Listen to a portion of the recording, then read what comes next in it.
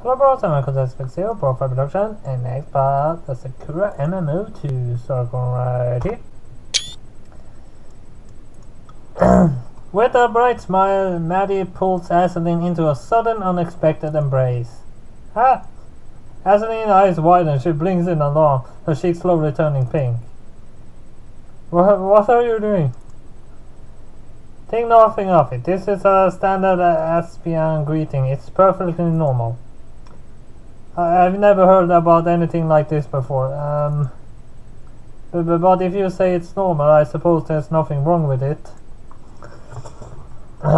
She accepted it so easily. I know Asin is rather sheltered. She didn't spend most of her life inside her home being coddled by Aofi, but she's not that innocent, is she? In her attempt to keep Aslin safe, separated from the common riffraff of society, Aofi might paradoxically have made her even easier target for crooks and criminals.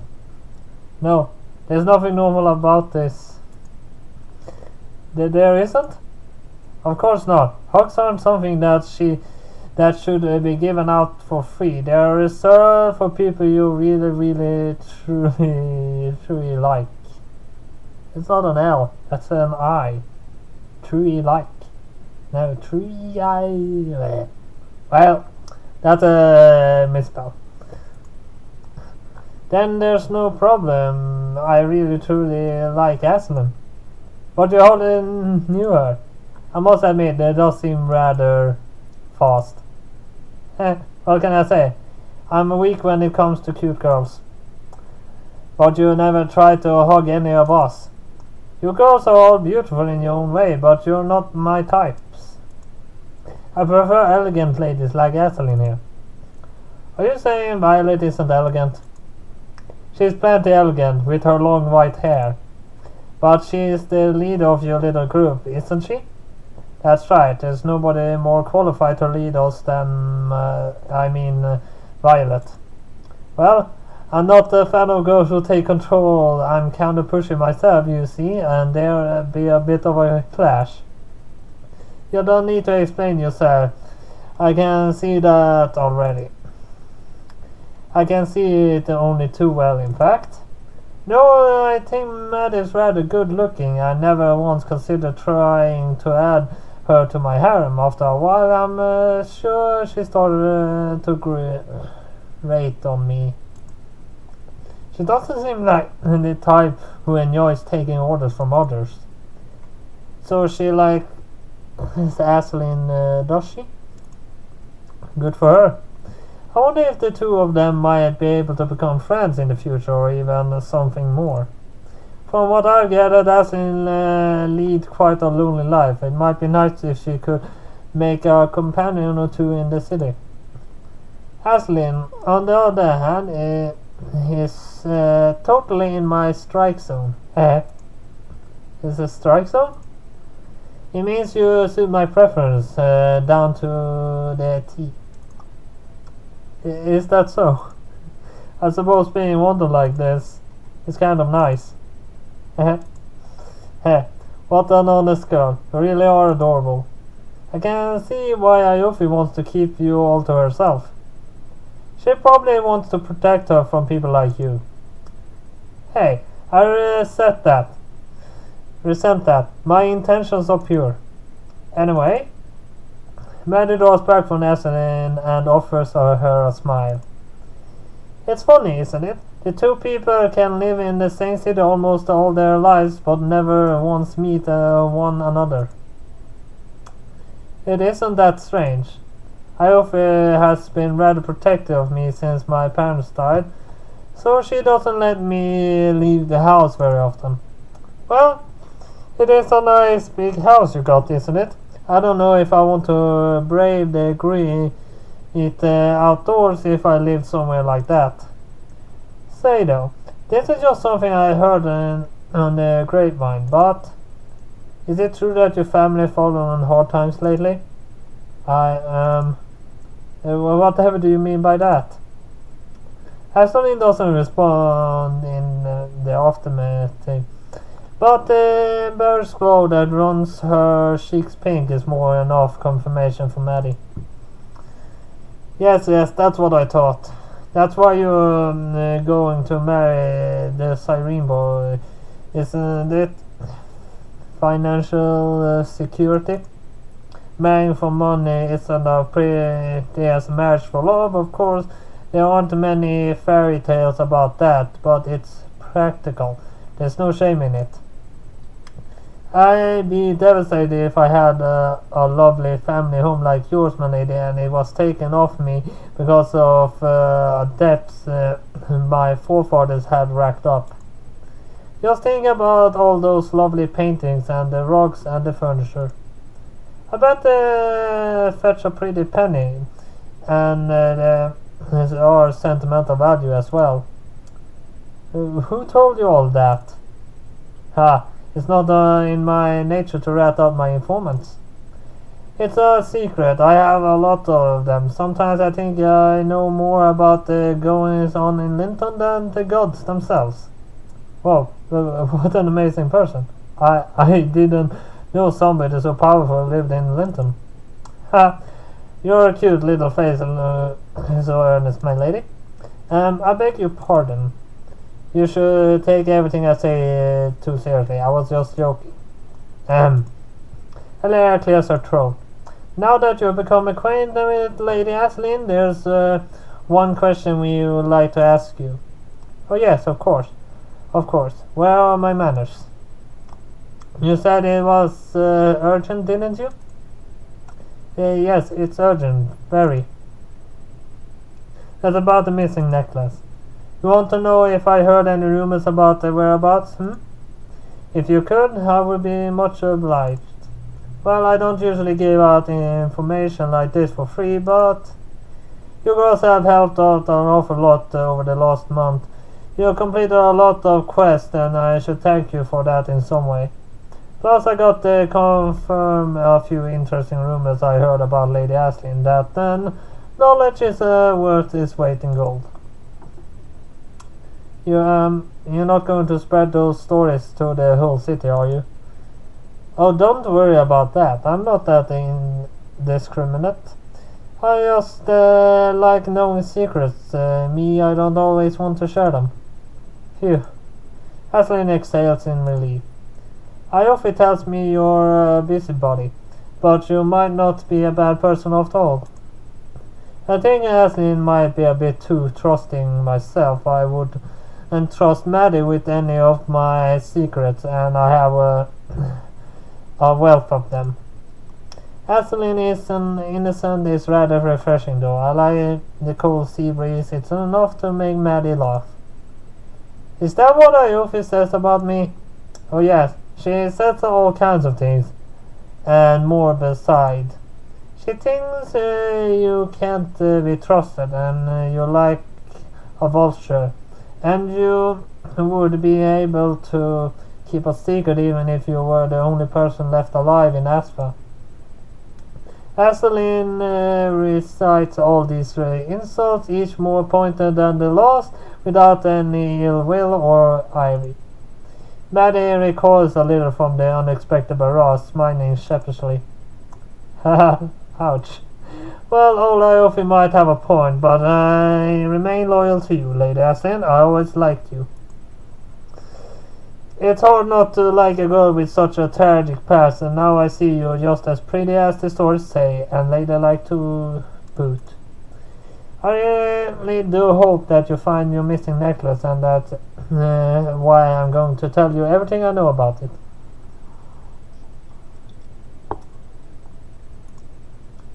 I don't know much, mind, but there might be something for you to work with.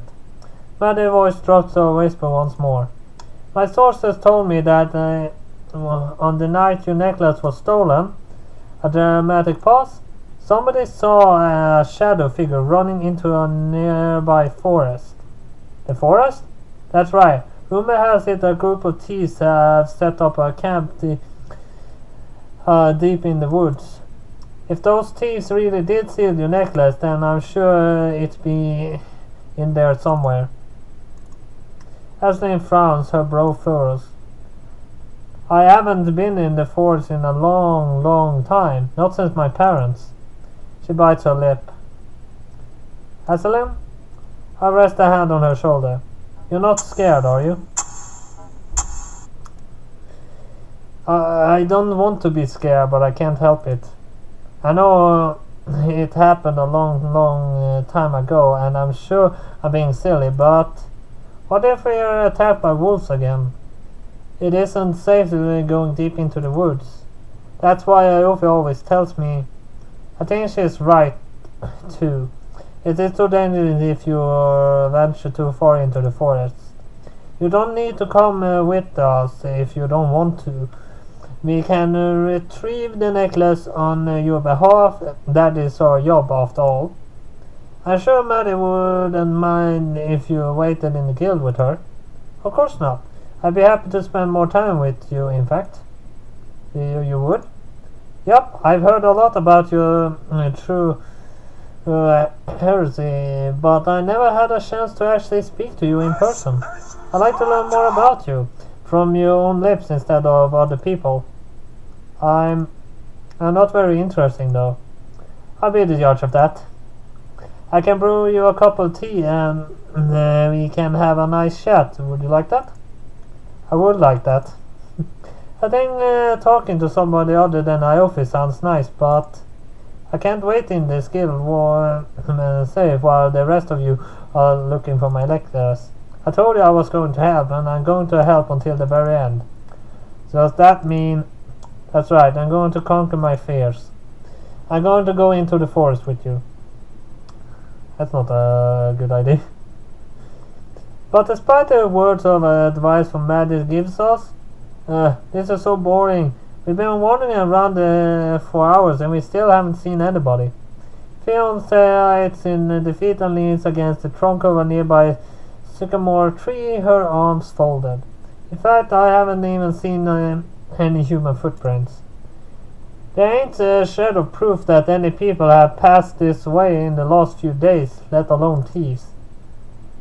Well, I told Maddie the tip was a bit fishy. What do you mean? I used to be a thief myself, and I would never hide any of my spoils in the middle of a forest.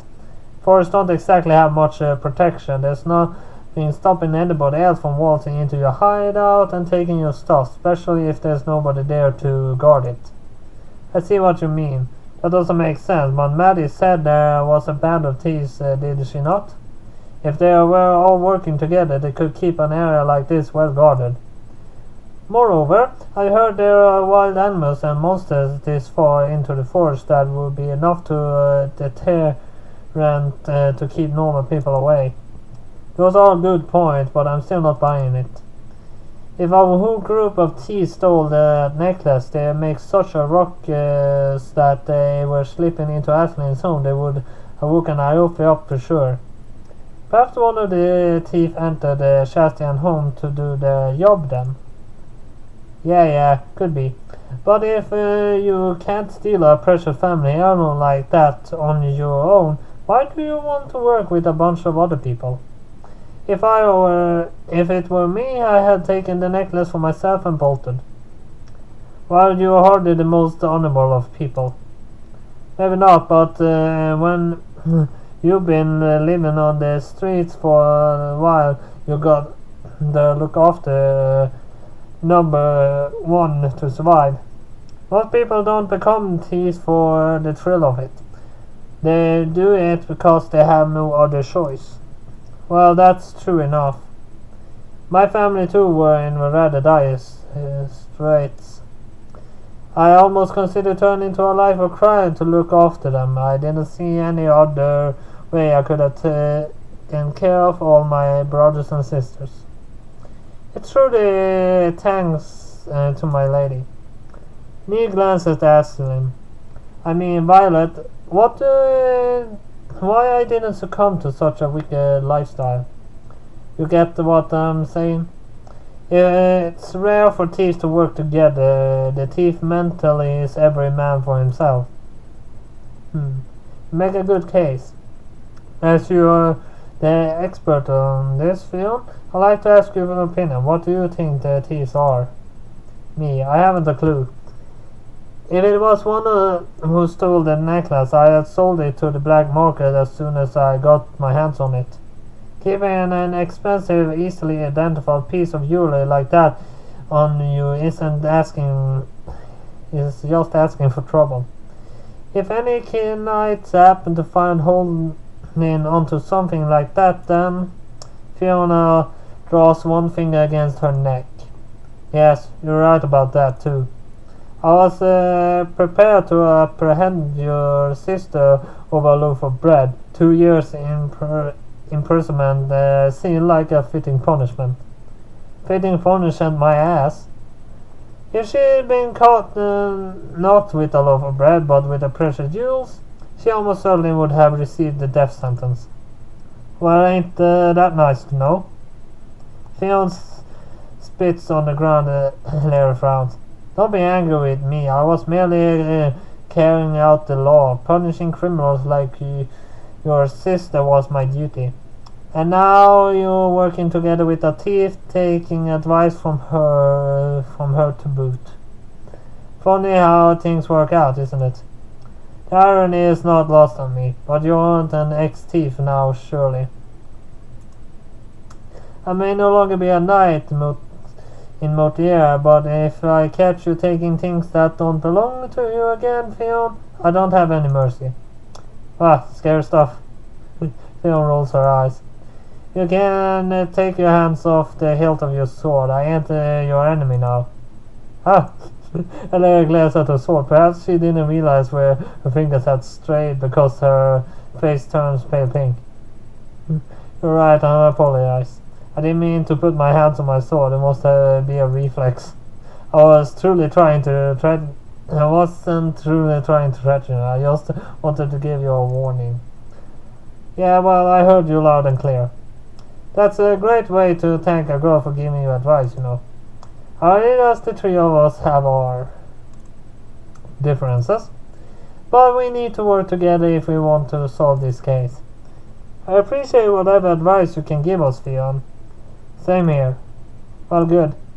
I'm so glad to see you all getting along. This is a rare sight indeed. Though we all resides of the Nightmare Citadel, Neve, Fion, and Larry have very different personalities, and they rarely spend time with one another unless they have to. There's quite a nice development. All it took was the possibility of us failing a request with 10,000 gold coin reward for this to happen. Do you wanna know what I think about Maddie's advice? Please go ahead. Enlighten us, Fion. What do you think? Well, you probably figured it out by now, but we've been walking for hours and haven't found anything. I think she might made a mistake. So the necklace isn't here. Doesn't look like it. We could keep searching, of course, but we don't have much to go on. It's a wild goose chase. Then should we turn back? No, we can't. So long as there's a slim chance the necklace might be here, we need to keep searching for it. Otherwise all the time we spent will have been wasted. I know how you feel. It's painful to throw away one's hard work, but I agree with Fion. We're searching for shadows here. It's unlike we find anything new. Let's cut our losses. You'll be sure to keep searching soon anyway. Sounds good to me. I'm thinking it's more likely the real criminal is one person, an individual who has a grudge against your family. They're probably back in Linton laughing at our attempt to find that trinket. Why don't we try find them? Maybe wipe that smug smirk off their face. It's been a long time since I got to use my daggers, and I'm itching for a fight. Oh? Are you sure you're a fit state to even use your daggers, Fion? What do you mean by that? Haven't you been getting a bit soft lately? I think you might have gained some weight. Neve starts to poke Fion's exposed stomach, a devilish smile on her face. Hey, get off me. Fion darts several paces back, twitchy as a listen and glares at Neve. I might be as strong as I used to be, but I'm more than strong enough to defeat you. Oh, I'm not sure about that. Would you like to try? Enough, you two. We haven't completed our objective yet. We need to find the thief wherever they are. Ah, you're right. I apologize for my shameful conduct. It's alright, I forgive you. Now, shall we go? It's pitch black out here, and if we linger much longer, we're going to get attacked by monsters. Black. Ashlyn's voice, low and ominous, echoes through the trees. A cold wind blows, making the leaves on the trees rustle. That's right. It's completely black. The sun has set, the stars are coming out, one by one. And the moon is going to rise. And that's precisely why we need to go. I don't feel like walking back to Linden by the light of the moon, do you? The light of the moon, is it? Oh. A low, mournful sigh tears its way from Ashlyn's throat. It's too late. Ashlyn starts swaying uneasily, her eyes wide as should be. Her head is tipped back and her eyes as large and empty. Does she turn into a werewolf at the moon? I think she turns into something. Staring. What is she looking at? The sky is dark blue and festooned with stars. Clouds roll across the heavens slowly, lazily, but beneath those clouds I know the moon is lurking. It should be a full moon. There's only a few seconds left. And I tried so hard too. I thought I could find the necklace in time. But in the end it didn't work. It's all gone wrong. What is it? What's wrong? Gone wrong. Everything. Everything. Ashlyn, you're shaking. Are you cold? Maybe you should lie down. I can lend my scarf if you want. If you feel faint, I can carry on my back. Carry you back to Linton. No, I can't go back to Linton. I can't. It's too late. I can't do anything now, and you can't either. Our time is up. It's over, so you have to run. Run from what? From me. But you... Run. You need to, before it's too late. I never met people my own age I could talk to, whoever were nice to me, who wanted to help me. I had a lot of fun, even if they were together for only one day, and that's why I don't want to hurt you. You need to run away and leave me before. But Ashlyn's words falter. Her whole body trembles. The white milky glow of the moon carries the tops of the trees so they shimmer ominously, just like the sharpened tip of a Larry's blade. The power of the moon seems to transform everything it touches, turning the forest into an alien landscape I've never seen before. The trees are like knives. Their branches are needless. The moon is pure white like silk. And Ashlyn, she's transforming. She isn't the same Ashlyn that I've grown to know over the past 3 days, with the dark hair and her fair skin and her innocent smile. She's growing taller, her limbs are twisting, fur bristles on her face over her chest. Her fingers stretches and elongate into sharp, dangerous claws. Ah! Finally, I understand. All the pieces of the puzzle fall into place. The importance Ashlyn placed on the necklace. Seemingly arbitrary deadline. The intense anxiety. Even the unusual warmth of her body can be explained by this. She isn't a normal human. Instead, this whole time she's been a werewolf. Well, that is a picture, I think. But let's confirm that it is a picture. Yeah, it is. We have a lot of pictures left. Well, I'm gonna load that because I'm planning to do this directly. So stop recording So hit like, and so that was all I have for Sakura MMO 2 this time. So hit like and subscribe, and see you next time. Bye bye.